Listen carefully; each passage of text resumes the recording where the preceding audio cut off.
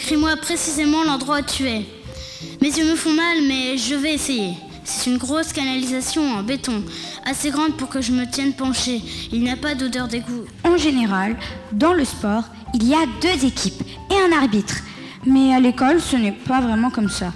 Votez pour moi et j'installerai une boîte à idées dans le préau où vous pourrez déposer les meilleures recettes que vous connaissez. Et aujourd'hui, tu essaies de coller tes cheveux sur la tête de Margaret?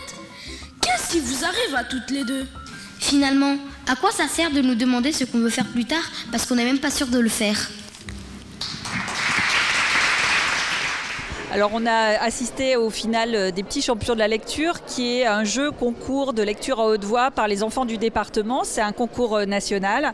C'est pour les classes de CM2. Donc toutes les classes de CM2 du département étaient potentiellement participantes. Il y en a eu 50 et plus de 1000 élèves de la Seine-Saint-Denis qui ont participé à ce jeu de lecture. Il y a eu des demi-finales départementales et aujourd'hui ici au département une finale avec 12 petits champions et on en a départagé 5 qui participeront maintenant à la finale régionale, puis ensuite il y a la finale nationale à la Comédie Française. Moi j'ai été très impressionnée de voir à quel point ces jeunes enfants étaient en capacité de porter leurs textes, de nous faire ressentir leurs émotions de lecture avec parfois des textes très drôles et parfois aussi des textes difficiles, douloureux. Ils ont eu des lectures très engagées et j'ai trouvé ça vraiment super. Je me concentre. Ne pas regarder cette bouche aux formes bizarres. Essayez de reconnaître un mot dans le gloubi-boulga. Are you tired? Et il fait le geste de dormir sur ses 2 mains fermées. Ah, tired, fatigué. Mais quel accent ils ont ces Anglais? En fait, c'est l'histoire d'une petite fille qui s'appelle Juliette Pomerol et elle va partir en Angleterre pour montrer à sa copine qu'elle peut se séparer de ses parents. Qu'est-ce que ça t'a fait de parler devant autant de monde? J'étais stressée et c'est pas tous les jours qu'on peut parler devant un public, donc...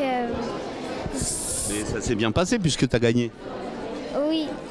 Ici, on avait des tourelles dans les angles, un toit d'ardoise affaissé par l'âge, de la pierre, du bois et de la terre. Je reconnaissais là le choix de maman.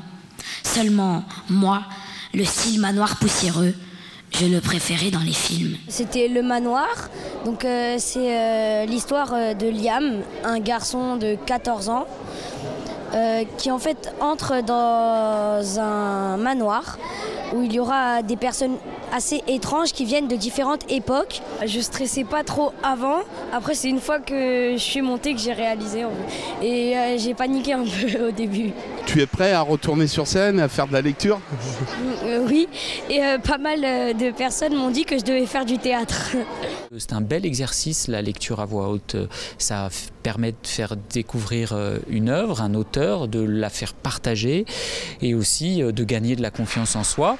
Et puis aussi fier d'eux, parce que bien souvent certains véhiculent de mauvaises images sur la Seine-Saint-Denis, sur les jeunes, sur les enfants de notre département. Et bien ils montrent, grâce à leur talent, grâce à l'engagement de leurs enseignants, de leurs professeurs, grâce à l'engagement de leurs parents, grâce à l'engagement de nos partenaires associatifs, le Centre de promotion du livre de jeunesse, le syndicat du livre et de l'édition, et bien qu'on peut participer et avoir de beaux résultats. C'est un bel exercice aussi, une belle illustration supplémentaire des talents nombreux qui existent dans notre département et ça nous donne raison d'avoir créé cette belle marque du Made in Seine-Saint-Denis.